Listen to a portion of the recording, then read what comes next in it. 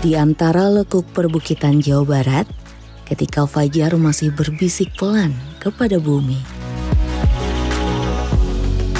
Hamparan air Waduk Cirata terbangun dalam balutan embun. Kabut tipis menari di atas permukaan yang tenang, seolah menyimpan rahasia tentang kekuatan yang tak terlihat. Cahaya matahari perlahan menyapa, menggantikan embun dengan sentuhan hangatnya.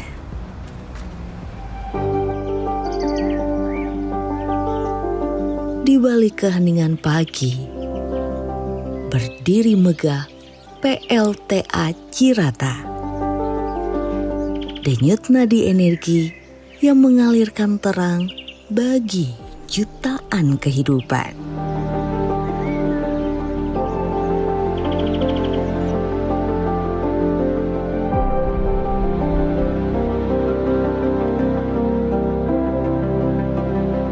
Dari arus yang lembut hingga pusaran yang bertenaga, air tak sekedar mengalir. Ia bekerja bertransformasi menjadi cahaya bagi rumah-rumah, harapan bagi industri, dan kekuatan bagi negeri. PLTA Cirata merupakan salah satu pembangkit listrik tenaga air terbesar di Asia Tenggara. Menjadi tulang punggung energi bersih di Jawa hingga Bali. Jadi luas total dari PLTA Cirata ini sekitar 7.111 hektar. Untuk yang permukaan airnya itu sekitar 6.200 hektar. PLTA Cirata ini udah berdiri cukup lama, sejak 1988. Kemudian di sini ada 8 unit mesin. Sehingga total kapasitasnya itu sekitar 1.008 megawatt. Kemudian listrik yang dihasilkan ini disalurkan ke sistem yang 500 kV, sistem Jamali ya. Jadi PLTA Cirata ini bukan sebatas pembangkit listrik aja Mbak, tapi ada ruang pembelajaran tentang harmoni antara manusia, lingkungan, dan teknologi yang ingin kita sampaikan. Jadi nilai-nilai yang kami maksud ini tadi diantaranya adalah keberlanjutan, inklusivitas, dan juga mengenai tanggung jawab lintas generasi ya. Di balik dinding beton raksasa ini, turbin berputar tanpa henti, tanpa asap, tanpa limbah, tanpa meninggalkan jejak karbon yang merusak. Air ini adalah anugerah ya. Air ini selain sumber kehidupan bisa juga menjadi sumber energi, ketahanan energi listrik.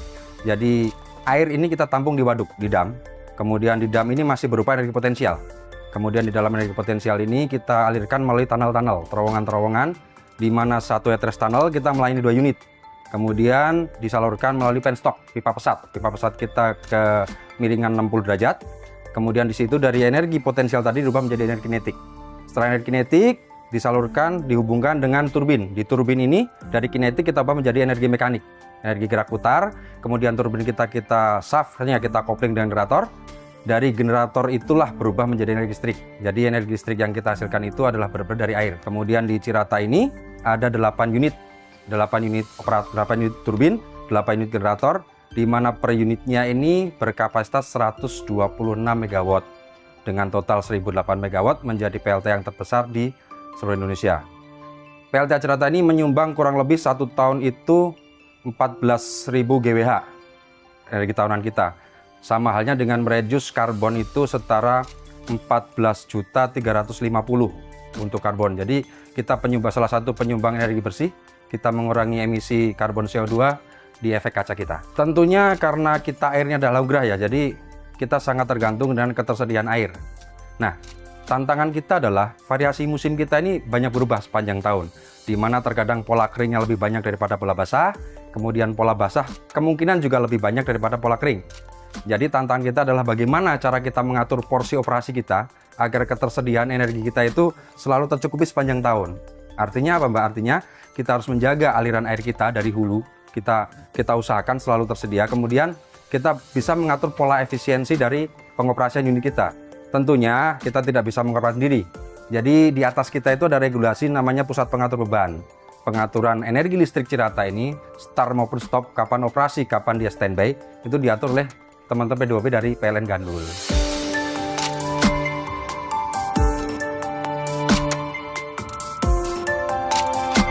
Hal yang luar biasa ya, sebuah kebanggaan tersendiri di mana kita memberikan kontribusi terhadap Nusantara. Kita memberikan sumber energi untuk tempat-tempat yang terpencil mungkin. Jadi teman-teman semua bisa merasakan bagaimana manfaat energi ini. Dan kelebihan di kita adalah energi bersih. Mungkin keunggulan PLTA Cirata dibanding dengan pembangkit termal ya, jelas. Secara keunggulan kita untuk startup-nya, untuk sinkronnya itu sangat cepat sekali. Kita cuma butuh waktu 5 menit, kita sudah terhubung, kita sudah bisa menyalurkan listrik ke jaringan 500 kafe Jawa Madura Bali. Satu itu. Kemudian yang kedua, PLTA Cirata ini mempunyai fasilitas Black Start dan line charging. Bila mana sistem kelistrikan Jawa Madura Bali ini mengalami blackout. Blackout itu adalah padam total, sama sekali tidak ada daya listrik, sama sekali kita gelap gulita. Cirata ini punya fasilitas yang namanya Black Start dan line charging. Artinya Cirata ini menjadi lilin pertama, menjadi penerang pertama. Kita menyalurkan listrik pertama kali, kita membangkitkan paralel unit-unit yang lain, kemudian sistem kelistrikan ini pulih kembali. Itu adalah kelebihan yang kedua. Kemudian kelebihan yang ketiga, kita ini sistem pengoperasian adalah Automatic Generator Control atau AGC, di mana setelah kita operasi, kita sinkron, operator kita tidak melakukan kegiatan apapun, beban menyalurkannya, kelistrikan disalurkannya berdasarkan kebutuhan dari sistem 500 kV. Jadi misalkan frekuensinya drop, kita menambah daya, kemudian frekuensinya berlebih, kita mengurangi daya. Semua itu dilakukan secara otomatis oleh mesin-mesin governor kami.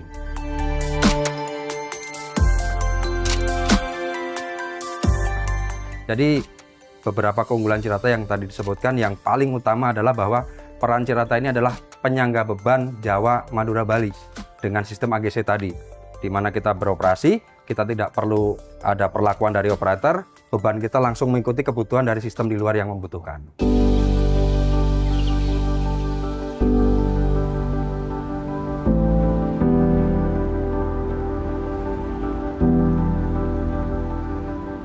Jadi ESG ini memang sudah masuk kepada tahap tindakan nyata gitu, Mbak. Jadi benar-benar sudah menjadi action-action yang konkret kami jalankan di PLTA Cirata. Dari mulai yang environment, jadi kami sudah menjalankan konservasi daripada keanekaragaman hayati tentunya di sekitaran waduk yang utamanya. Kemudian kami juga melakukan pengendalian terhadap sedimentasi, kemudian juga adanya pengendalian pada area ekosistem perairan ya, Pak. Jadi ada melalui pengangkatan daripada tanaman eceng gondok yang luar biasa. Dalam satu hari itu bisa sekitar 250 ton, atau kalau diibaratkan area itu sekitar 1,5 sampai 2 hektar area waduk gitu ya. Energi tidak hanya berhenti di kabel listrik, ia mengalir di kehidupan manusia. Di permukaan waduk yang luas, eceng gondok menghampar seperti persoalan yang tak kunjung usai. Ia menutup cahaya dan menghambat arus.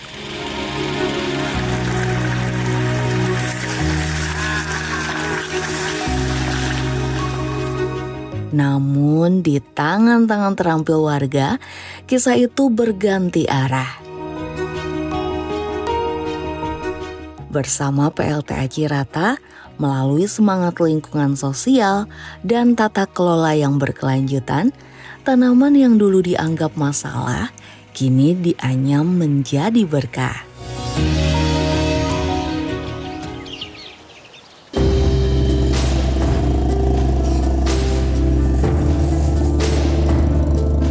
Di Ciecera atau Cirata Eceng Craft, eceng gondok disulap menjadi kerajinan bernilai, berbentuk tas, keranjang, dan karya yang membawa perubahan ekonomi. Awal ceritanya dari kenapa saya ke eceng itu Dulu saya waktu jadi LKMB itu ditawari sama Sekdes itu untuk ikut pelatihan kewirausahaan. Nah itu di PLN ya. Seminggu kemudian saya dipanggil oleh pimpinan PLN untuk menyebarkan ilmu yang saya dapat. Pertama kali saya belajar bikin tambang kayak gini. Tuh. Nah itu saya bawa eceng dari Cirata ya, dari PLN untuk disebarkan bikin tambang. Nah, saya sebarkan kepada masyarakat di sekitar Desa Ciroyom sampai Desa Cipendei. Itu kurang lebih melibatkan sekitar 100 orang masyarakat. Saya bikin tambang dan ini diupah dulu. Kalau nggak salah diupahnya 1 kilo itu tahun 2000-an ya. Kalau tahun 2000 itu sekitar Rp6.000 per kilo. Tapi setelah itu saya disuruh bikin 50 buah untuk seminar lingkungan hidup di Unpad gitu. Setelah itu baru saya pusing tuh. Sudah dikasih order 50 pieces, akhirnya saya mencoba bikin sendiri. Itu sudah dibulak-balik. Akhirnya terlintas di pikiran itu cetakan gitu mal. Sudah dianyam, kan kalau dianyam langsung eceng ini tanpa mal gak bisa karena eceng mah lembek gitu kan. Nah, setelah terlintas bikin mal, akhirnya saya bikin mal. Sudah bikin mal, terus saya coba bikin sendiri, ternyata bisa. Jadi ada filosofinya. Sebab saya tidak pernah dilatih sama orang untuk anyaman ini. Jadi saya hanya olah pikir bagaimana membuat sebuah produk dari eceng gondok. Dan ternyata dari moto itu saya sebarkan juga. Jadi kalau kita tidak bisa, jangan mengatakan tidak bisa, tapi insya Allah kita coba pasti bisa. Kenapa saya terjun di eceng gondok? Yaitu saya ingin hidup ini bisa bermanfaat untuk orang sesama gitu. Kenapa? Karena kita hidup berintegrasi sosial dengan masyarakat.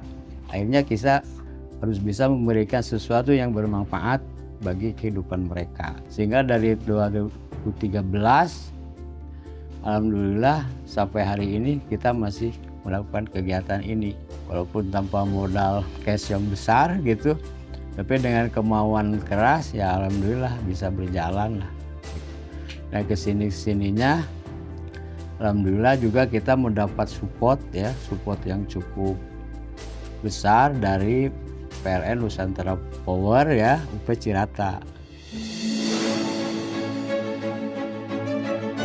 Berawal dari keinginan sederhana untuk berguna bagi sesama, ia merajut harapan di antara eceng yang dulu dipandang sebelah mata.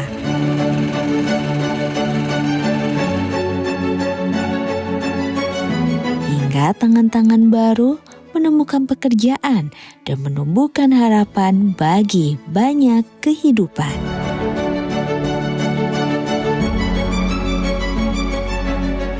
Kesini itu kan saya kalau datang order banyak gitu kan, saya butuh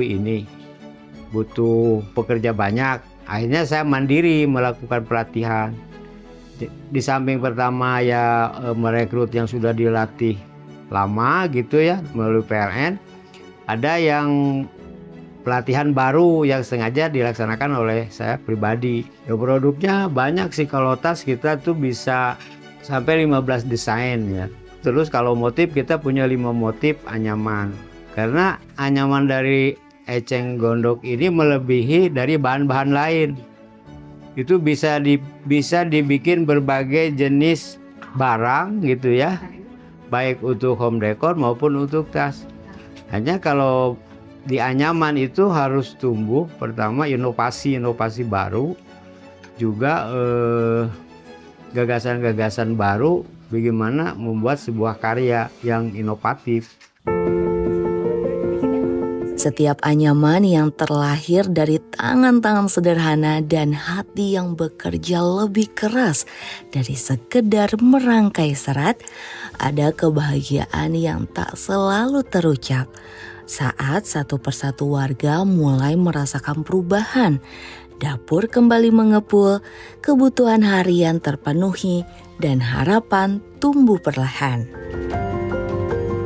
Nenek udah lama dari tahun 2020 lah mulai nenek. Paling lama nenek bekerja di si Abah.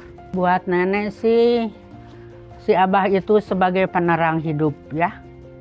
Nenek udah tua begini dikasih kerjaan sama si Abah.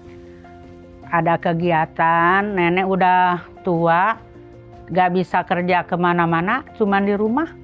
Dikasih kerjaan si Abah nganyam, nenek itu udah anugerah gitu lah.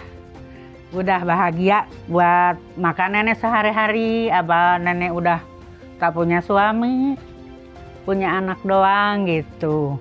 Buat makan nenek itu dari kerjaan si Abah separuh gitu, dari warung separuh gitu deh. Mulai dikerjain sama si Abahnya, diajarin bikin kotak. Oh, nenek susah banget itu belajarnya. Tapi mudah-mudahan saya kata si Abah mungkin bisa. Alhamdulillah sampai sekarang nenek bisa buat yang begini, buat yang kotak, buat tas juga. Kalau ada order nenek bikin. Sekarang mah biasanya dapat 2, dapat 3 satu hari. Sekarang mah 1 aja, udah tua. Kebutuhan nenek sih sehari-hari. Kadang-kadang buat beli beras gitu Neng. Buat apa aja nenek butuh banyak sih kebutuhan.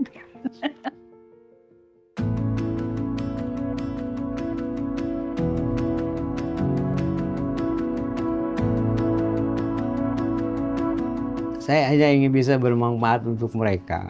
Itu saja sih. Kalau saya hidupnya biasa-biasa aja sih. Mobil juga gak punya. Motor juga butut. Sama pada kerjain ecengnya dari 2013 biasa-biasa aja sih. Tapi saya lebih senang kalau mereka itu gajian gitu ya. Ketawa gitu. Anaknya bisa jajan. Itu saya senang tuh. Ya, walaupun mungkin ya kalau di keluarga juga masih kurang, itu tidak ada masalah sih. Yang penting saya bisa bermanfaat untuk mereka dan mereka senang. Ya saya kira ini majulah, ada generasi penerusnya walaupun tidak, kalau saya sudah nggak ada gitu kan. Walaupun tidak dari keluarga saya atau dari keluarga ibu-ibu bisa meneruskan, mereka sudah pada bisa.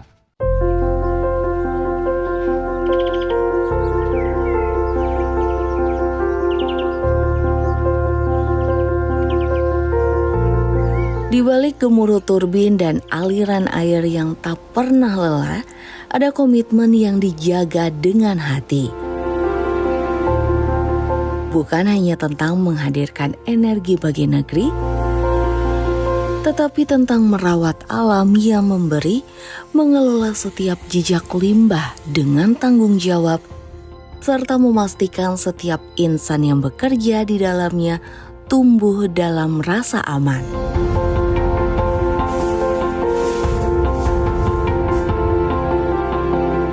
Terkait dari sisi sosial ya di ESG.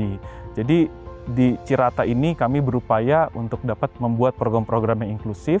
Salah satunya adalah program ESG yang kita sasarkan ke 3 penyandang disabilitas dan juga ada sekitar 79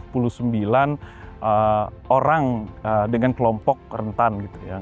Yang mana salah satu programnya adalah program pemberdayaan ekonomi berbasis komunitas. Nah, kemudian seluruh operasional daripada pembangkit di UP Cirata ini kita jalankan secara transparan, secara akuntabel, compliance pun terus kita jaga sehingga regulasi itu terpenuhi dan juga tentunya diawasi melalui sistem manajemen risiko maupun juga diaudit secara berlapis dan juga secara berkala. Dan selain itu, secara limbah operasional juga telah kami kelola dengan ketat dan tentunya ini agar tidak melakukan pencemaran gitu ya terhadap lingkungan. Cirata ini terus kami siapkan melalui modernisasi sistem, integrasi dengan energi terbarukan yang lainnya selain daripada sumber air dan juga peningkatan efisiensi operasional. Sejalan dengan peran Cirata dalam mendukung ketahanan energi nasional dalam era transisi energi hari ini sebagai contohnya di atas Waduk Cirata ini telah berdiri PLTS Terapung Cirata ini dengan kapasitas 192 megawatt peak ya. Ini sebagai jawaban dan aksi nyata dalam transisi energi dari PLN Nusantara Power.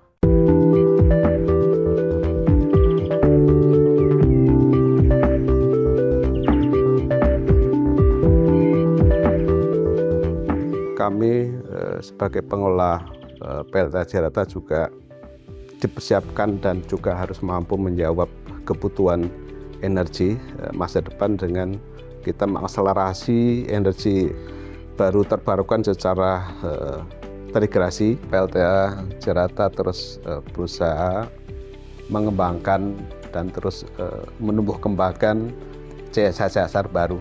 Di antaranya adalah CSR yang berbasis pengolahan dari eceng gondok.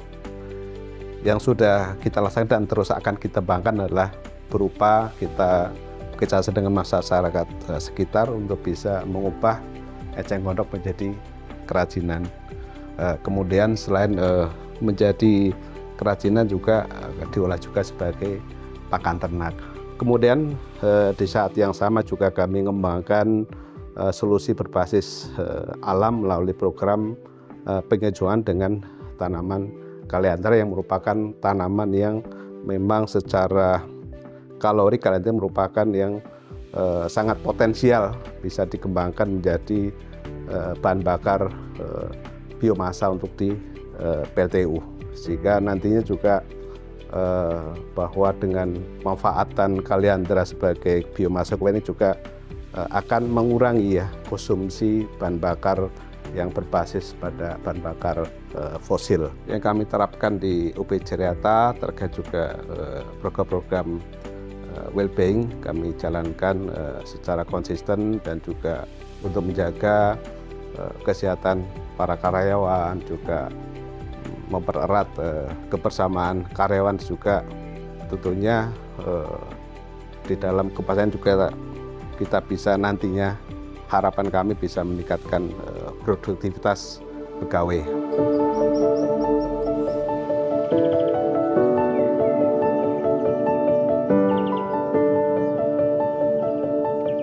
Untuk standar keselamatan kerja tentunya kita ada regulasi hukumnya, ada undang-undangnya. Jadi di perusahaan kami, keselamatan kerja, kesehatan kerja itu bukan hanya sebagai citra perusahaan, tetapi sudah mendarah daging menjadi budaya di setiap karyawan insannya Nusantara Power. Artinya apa? APD, helm, segala macam yang diperlukan itu bukan hanya pajangan, kita benar-benar memakainya. Karena kita selalu sadar bahwa kesehatan kita, keselamatan kita bukan untuk diri kita sendiri, ada keluarga kita di rumah yang menantikannya.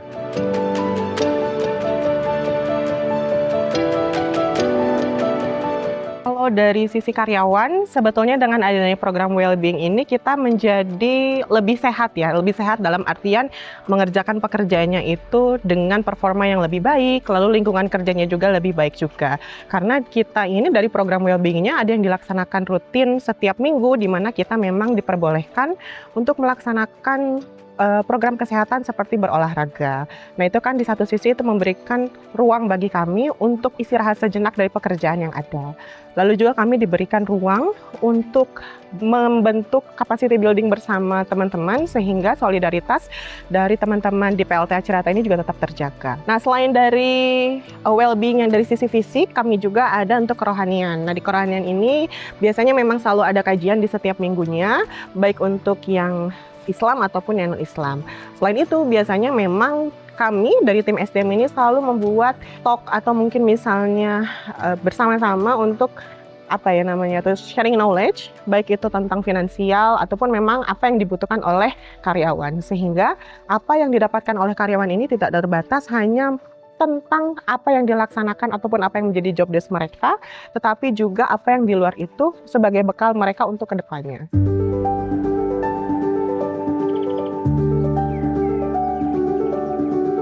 Tentunya energi air ini tidak bisa serta-merta akan ada. Artinya perlu kontribusi dari stakeholder, perlu kontribusi dari masyarakat untuk menjaga keberlangsungan air agar selalu ada. agar bisa berlangsung PLTA ini sepanjang masa harapannya, kemudian bisa dinikmati oleh generasi penerus kita. Dan yang paling utama adalah kenapa air harus dijaga, karena air ini bisa memberikan kontribusi yang sangat luar biasa besar sekali tadi. Kemudian untuk pembangkitan listrik, bahwa ini sekali lagi saya garis besarkan bahwa ini adalah green and clean energy, artinya kita sama sekali tidak ada pencemaran yang ada di situ dari proses pembangkitan tenaga air.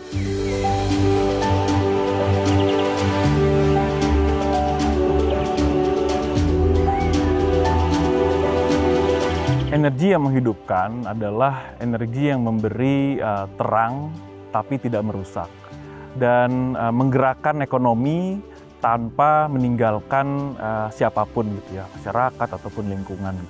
Jadi bagi PLN Nusantara Power, kami sebagai perusahaan yang memproduksi energi, buat kami energi ini bukan hanya sekedar megawattnya saja, tetapi energi ini merupakan suatu harapan, suatu kesempatan, dan juga masa depan yang kontinu untuk lintas generasi.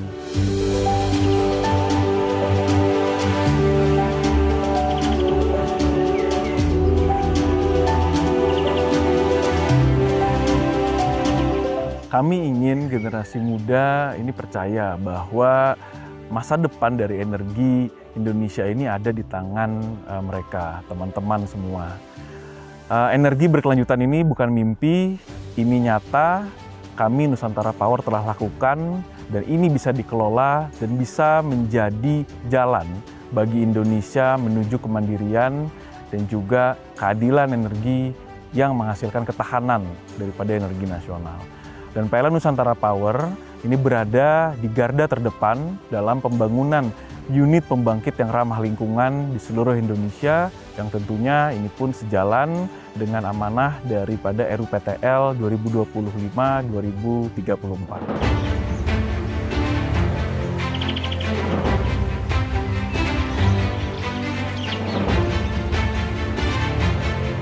Keberlanjutan tak pernah datang begitu saja.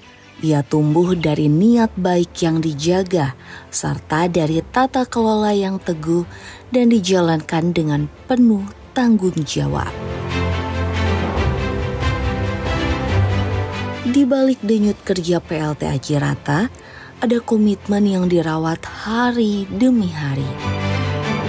Mengutamakan keselamatan, menjaga keterbukaan, serta setia pada kepatuhan terhadap lingkungan.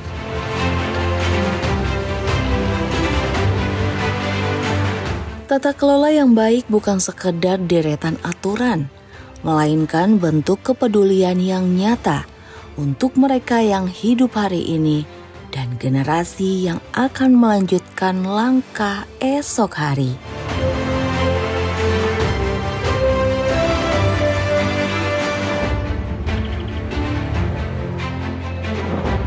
Cirata terus bergerak maju, bukan hanya sebagai pembangkit listrik, tetapi sebagai penanda arah dalam perjalanan transisi energi Indonesia.